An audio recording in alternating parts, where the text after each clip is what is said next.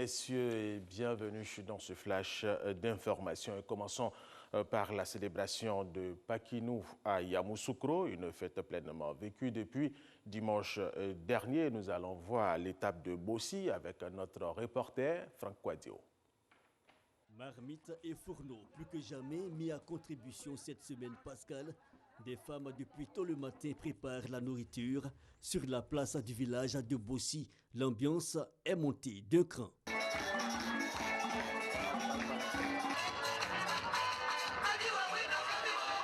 C'est que dans le district de Yamoussoukro, les autorités ont décidé de célébrer la Pâque au Pakinou de façon tournante dans plusieurs villages durant cette semaine, depuis lundi dernier, une façon de marquer la cohésion.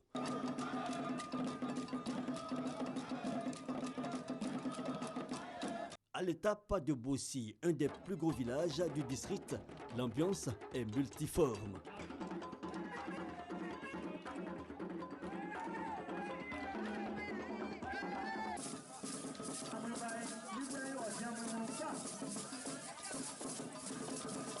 Jeux traditionnels, la danse à Dios, masque de réjouissance, sans oublier un clin d'œil au peuple frère, tiens, du Mapuka venu du sud, exécuté par les jeunes filles de la localité. Pakinou, fête de Pâques, rendez-vous festif dans l'Interland. 5 jours de fête tournante, les autorités municipales de Yamoussoukro entendent rééditer l'initiative chaque année.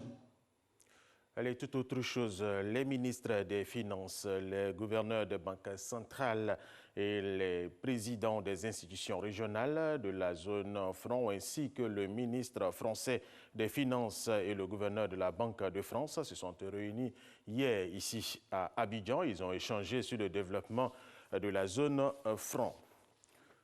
Pour lutter contre le chômage et la pauvreté en Côte d'Ivoire, le Centre ivoirien de recherche agronomique et sociale, en collaboration avec l'Institut des ressources naturelles Afrique de l'Université des Nations Unies, section Côte d'Ivoire, a mené une étude. Elle recommande l'investissement dans l'agriculture, l'environnement durable et la gestion durable des déchets.